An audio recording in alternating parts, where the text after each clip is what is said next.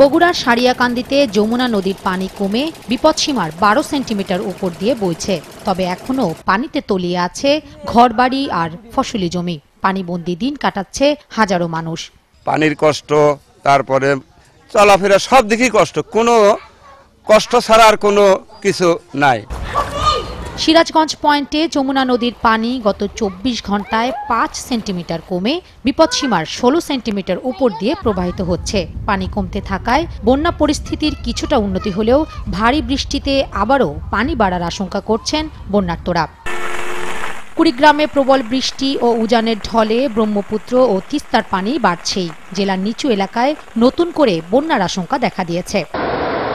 লালমনিরহাটে বিপদসীমার 30 সেন্টিমিটার উপর দিয়ে বইছে তিস্তার পানি। গেল 24 ঘন্টায় হাতিবান্ধা ব্যারাজ পয়েন্টে 30 সেন্টিমিটার উপর দিয়ে প্রবাহিত হচ্ছে পানি। পানিবন্দী হয়ে আছে 30,000 পরিবার।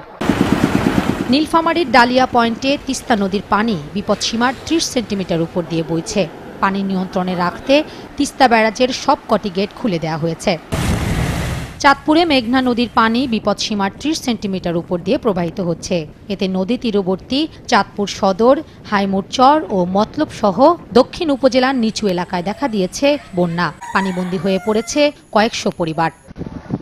সাতক্ষীরার আশাশুনি উপজেলায় কপোতাক্ষ নদের বেড়িবাঁধ ধসে তলিয়ে গেছে নিচু এলাকা। আশপাশের আরও কয়েকটি এলাকা তলিয়ে যাওয়ার শঙ্কা তৈরি হয়েছে। Shahnaz Ruma, SATV news desk.